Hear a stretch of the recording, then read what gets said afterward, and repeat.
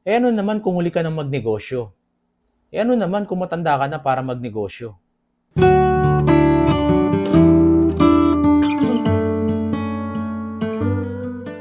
Alright sa negosyo.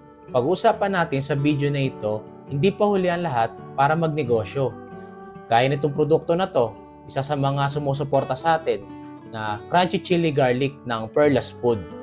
Isa rin siyang empleyado na gusto maging negosyante.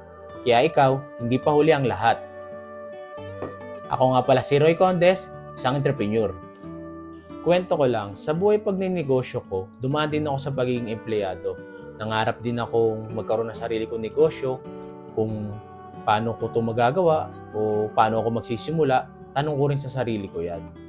Kaya sinikap ko, inaral ko, hanggang makarating ako kung anong negosyo meron ako ngayon. Kaya naniniwala ako, kung isa kang empleyado ngayon, hindi pa huli sa iyo ang lahat. Kung may edad ka na, hindi pa rin sa iyo huli ang lahat. Kilala nyo ba si Colonel Sanders? Isa siyang may-ari ng fast food chain na sikat ngayon dito sa Pilipinas at ibang bansa. Ito yung KFC. Tulad ni Colonel Sanders, matanda na siya nagsimula sa pagninegosyo. Pero hindi siya sumuko, hindi siya natakot kasi alam niya na may pangarap siya at alam niya magtatagumpay siya.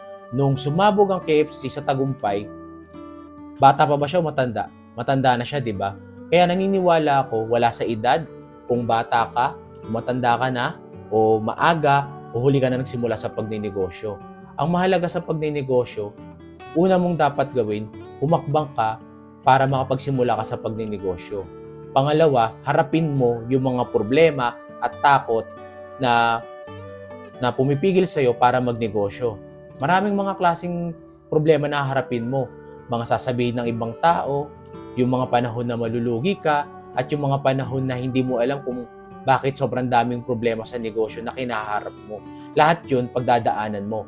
Pero dapat ang pinakamahalaga lang, kung may pangarap ka, ay yun na magpapanalo sa'yo sa negosyo. Kahit ano pang problemang dumating sa'yo, ay kaya mong solusyonan at kaya mong mapagtagumpayan.